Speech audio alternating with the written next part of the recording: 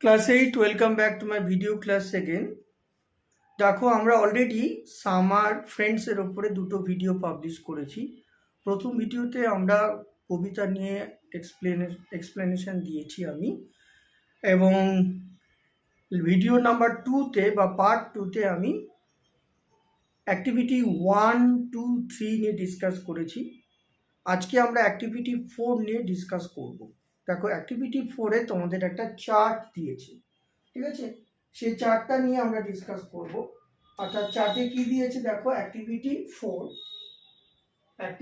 4 সেখানে কি দিয়েছে, একটা চার্ট পেপার তোমাদের তৈরি করতে বলেছে।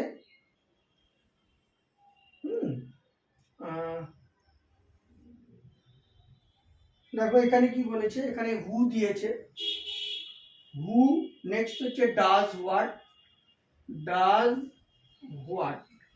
আর এখানে দিয়েছে হোয়েন মানে কখন।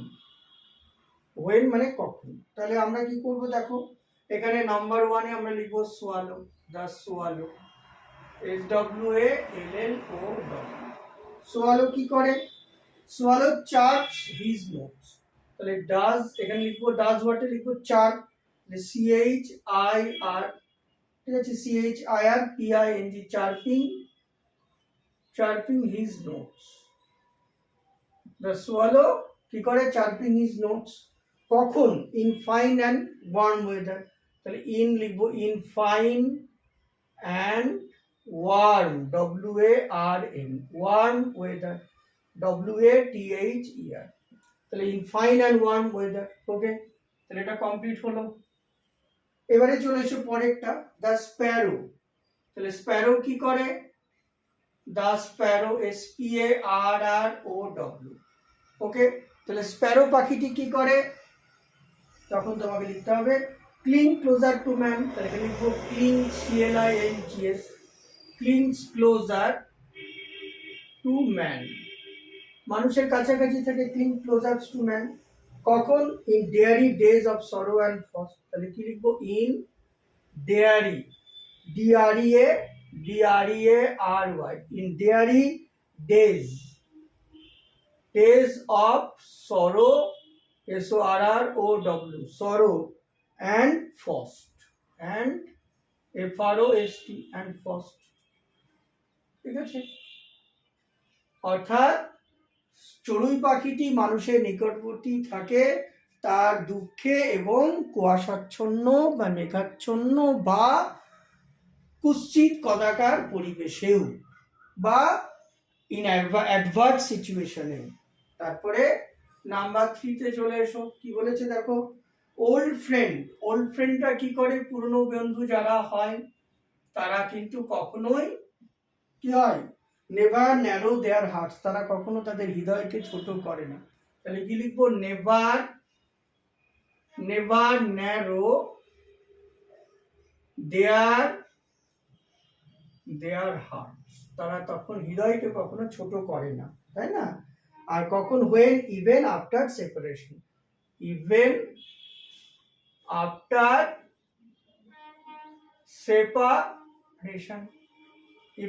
সেপারেশন, অর্থাৎ আলাদা হয়ে গেলেও তারা কিন্তু তাদের হৃদয়কেও কখনো ছোট করে না। তারপরে 4 নম্বরে চলে এসো, a true friend of the poet.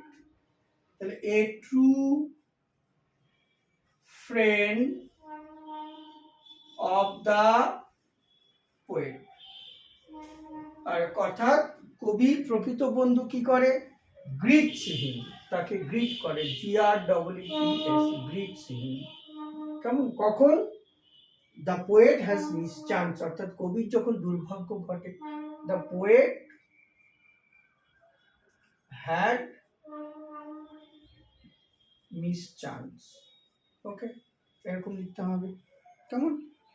এবারে চলে এসো, আমরা কিছু কোশ্চেন অ্যান্সার দিয়েছি অ্যাক্টিভিটি 5-এ, আমরা কোশ্চেন অ্যান্সার গুলো সলভ করব, ঠিক আছে? তাহলে আমরা এবারে আমি বোর্ডটাকে ইরেজ করছি, করে আমরা কোশ্চেন অ্যান্সারে চলে আসব।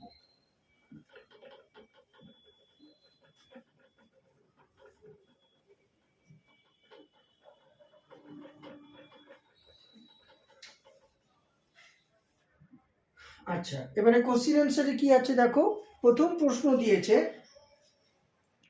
What does the swallow do in a summer, অর্থাৎ সোয়ালো পাখিটি সামারে কি করে। হোয়াট ডাজ দ্য সোয়ালো পাখি ডু ইন এ সামার, তাহলে আমরা কি লিখবো, in summer the swallow charts his notes for weeks together, তাহলে লিখবো ইন সামার, ইন সামার অর্থাৎ গ্রীষ্মে কি করে, the swallow SWALLOW swallow chart CHIRPS charts, okay, his notes NOTS notes, come on, for weeks, WEEK weeks together, TOGETHER for weeks together, clear।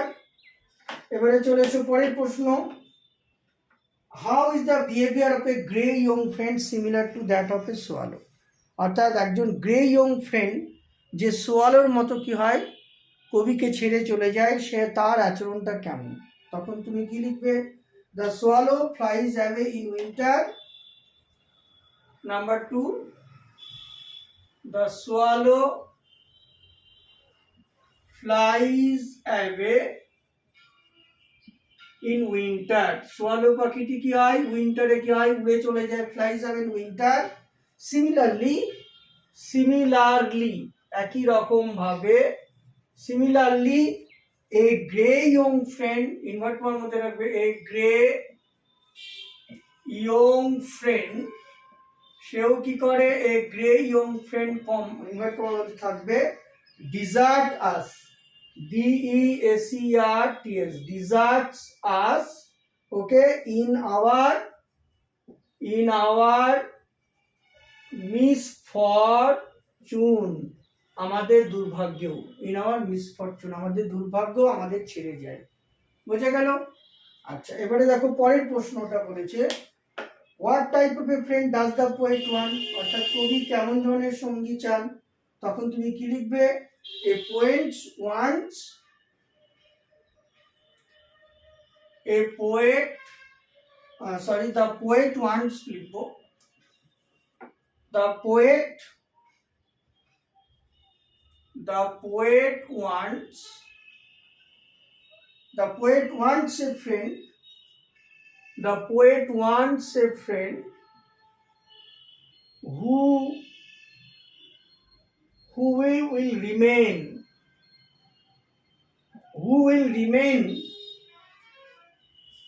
by the side of another friend, okay,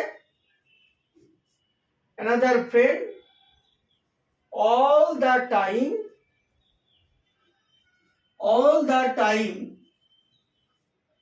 ঠিক আছে, all the time,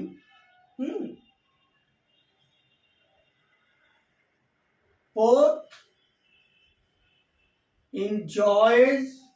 in joy and sorrow,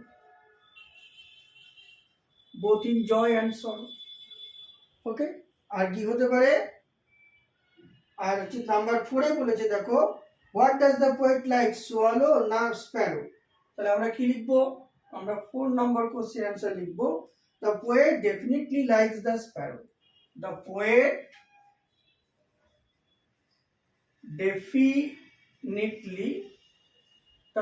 definitely likes the sparrow, SPARROW, okay, full stop. কিন্তু কেন, তখন তোমাকে লিখতে হবে, unlike the swallow,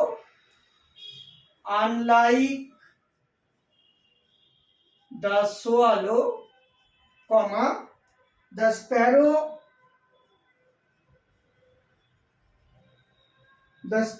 clings,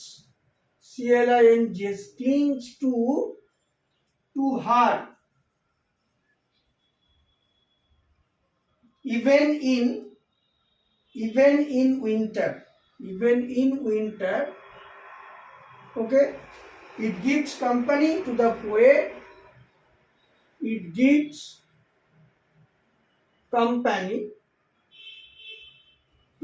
poet,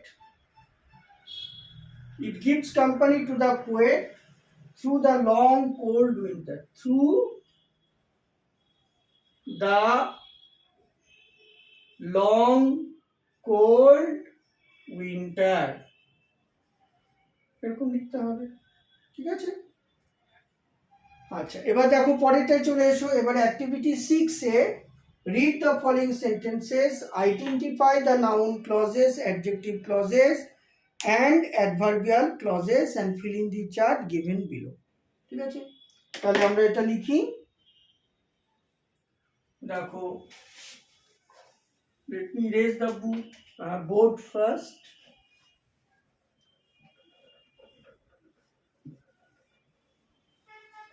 আচ্ছা, এবারে দেখো কি বলেছে এখানে, অ্যাক্টিভিটি 6A। আচ্ছা, এখানে দেখো লেখা আছে নাউন ক্লজ, নাউন ক্লজ, মাঝখানে লেখা আছে অ্যাডজেক্টিভ ক্লজ, আর তারপরে লেখা আছে অ্যাডভার্বিয়াল ক্লজ, অ্যাডভার্ব ক্লজ।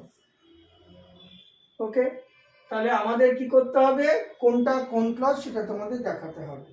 দেখো, দ্যাট আই শ্যাল গিভ, প্রথম সেন্টেন্সটা বলেছে I expect that I shall get a prize, তাহলে এটা কি হবে, নাউন ক্লজ হবে। তাহলে I expect that I shall get a prize, তাহলে that I shall get a prize, এটা কি হবে, এটা তোমার নাউন ক্লজের মধ্যে পড়বে। তারপর এটা দেখো, the umbrella which has a yellow handle is mine, তাহলে এটা কি হবে, এটা অ্যাডজেক্টিভ ক্লজে হবে। তাহলে হুইচ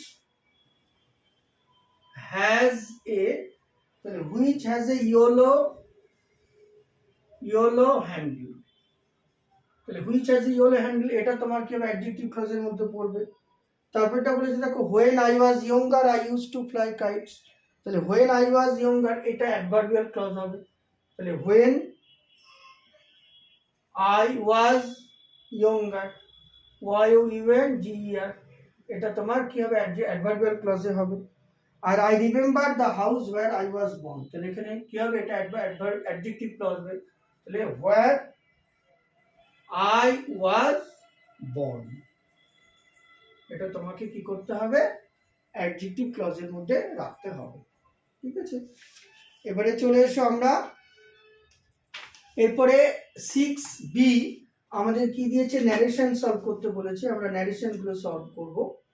আমি লাইভ ক্লাসে অলরেডি তোমাদের ন্যারেশন নিয়ে আলোচনা করেছি, এক্সক্লুসিভলি ডিফারেন্ট সেন্টেন্স, অর্থাৎ there are 5 types of sentence, assertive, interrogative, imperative, optative এবং exclamatory, এবং প্রত্যেকটা সেন্টেন্সের ওপরে আমি ন্যারেশন তোমাদের আলাদা আলাদা করে দেখিয়েছি এবং হোমওয়ার্ক তোমাদের দিয়েছি, সেগুলোকে আবার আমি রেকটিফাই করে দিয়েছি। এবং আমরা অনেকগুলো লাইভ ক্লাস করেছি ন্যারেশন বা স্পিচের ওপরে, ইন্টারচেঞ্জ অফ স্পিচের ওপরে কিন্তু আমরা অনেকগুলো ক্লাস করেছি। কেমন, আজকের ভিডিও ক্লাসে আমি শুধু প্রবলেমগুলো সলভ করে তোমাদের দেখাবো। দেখো, প্রথমটা কি বলেছে, the sailor said to us there will be a storm, তাহলে there will be a storm, এটা কিন্তু অ্যাসার্টিভ মোডে আছে। তাহলে অ্যাসার্টিভ মোডে থাকলে আমরা অ্যাসার্টিভ মোডের ফর্মেই কি করব, বা নিয়ম অনুযায়ী আমরা সলভ করব। তাহলে দ্য সেলার সেড টু থাকলে কি হবে, টোল্ড হবে। তাহলে কি লিখবো, the sailor told us, sailor আমাদের বলেছিল, the sailor told us that কি, that there would be a storm, তাহলে that there would be a storm, এটা হবে। The sailor told us that there would be a storm. Number 2 তে চলে এসো, the teacher said to the student did you come to school yesterday, তাহলে কি লিখবো, the teacher asked the student, the teacher asked the student, teacher কি করেছিল, স্টুডেন্টকে বলেছিল, the teacher asked the student, স্টুডেন্টকে বলেছিল কি, যে if he had come to school the previous day, if he had come, সে কি এসেছিল, he had come, অর্থাৎ প্রেজেন্ট পারফেক্ট, পাস্ট টেন্স থাকলে কি হয়, কি ন্যারেশন নিয়মে পাস্ট পারফেক্ট হয়। তাহলে এটাকে আমরা did you come to school yesterday, এটাকে পাস্ট পারফেক্ট করব। তাহলে if you had come to school, if you had come to school, yesterday থাকলে কি হবে, the previous day, the previous day লিখবো। If you had come to school the previous day. Number 3 তে চলে এসো। That the tired guest said to the host, please give me a glass of cold water. তাহলে এটা imperative মোডে আছে, তাহলে কি লিখবো, the tired tired guest guest, the tired guest requested the host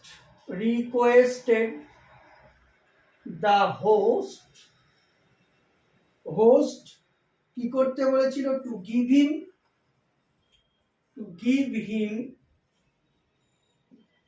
a glass of what, আর কি, cold water, to give him a glass of cold water, এটা লিখবো। নাম্বার 4 কি বলেছে দেখো, Rita said how happy I am, তাহলে কি হবে, Rita exclaim with joy, Rita exclaimed with joy, Rita আনন্দ প্রকাশ করে বলেছে, রিতা exclaim with joy, কি, Rita exclaim with joy that she was very happy, that she was very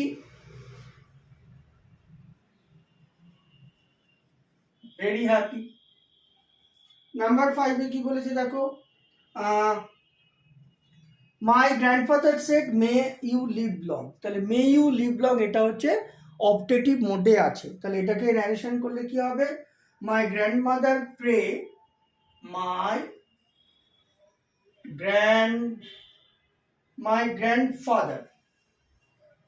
grandfather pray, prayed, prayed that I might live long, তাহলে I might live long, এটা লিখতে হবে, my grandmother prayed that I might live long। এই হলো তোমাদের narration. আচ্ছা, এরপরে দেখো অ্যাক্টিভিটি 7 এ কি আছে, অ্যাক্টিভিটি 7 এ তোমাদের কিছু ওয়ার্ড দেওয়া হয়েছে, সেই ওয়ার্ডগুলো দিয়ে তোমাদের কি করতে হবে, বাক্য রচনা করতে হবে, ঠিক আছে। তাহলে ওয়ার্ডগুলো দিয়ে বাক্য রচনা করলে কি হবে,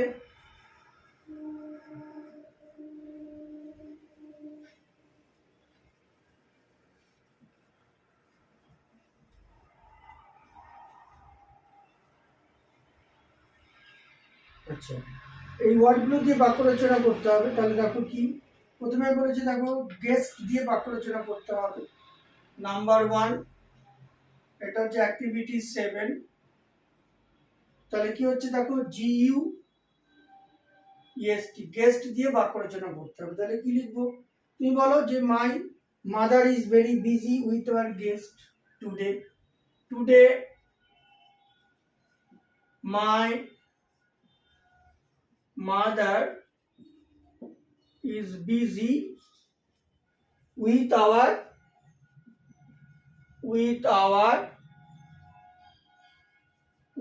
guest। নাম্বার বি তে কি বলেছে, এবার বলেছে ডেয়ারি, DREARY, ডেয়ারি দিয়ে বাক্য রচনা করলে কি হবে, the children are unhappy because the sky looks dreary, লিখলাম the children are unhappy, কেন, because the sky looks dreary, DREARY। Number C তে চলে এসো, বলেছে ন্যারো, তাহলে ন্যারো দিয়ে বাক্য রচনা করলে কি হবে, ন্যারো দিয়ে বাক্য রচনা হলে হবে the lane beside our house is very narrow, তুমি বলে the lane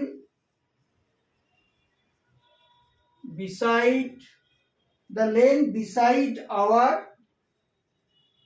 house is very narrow, NARROW।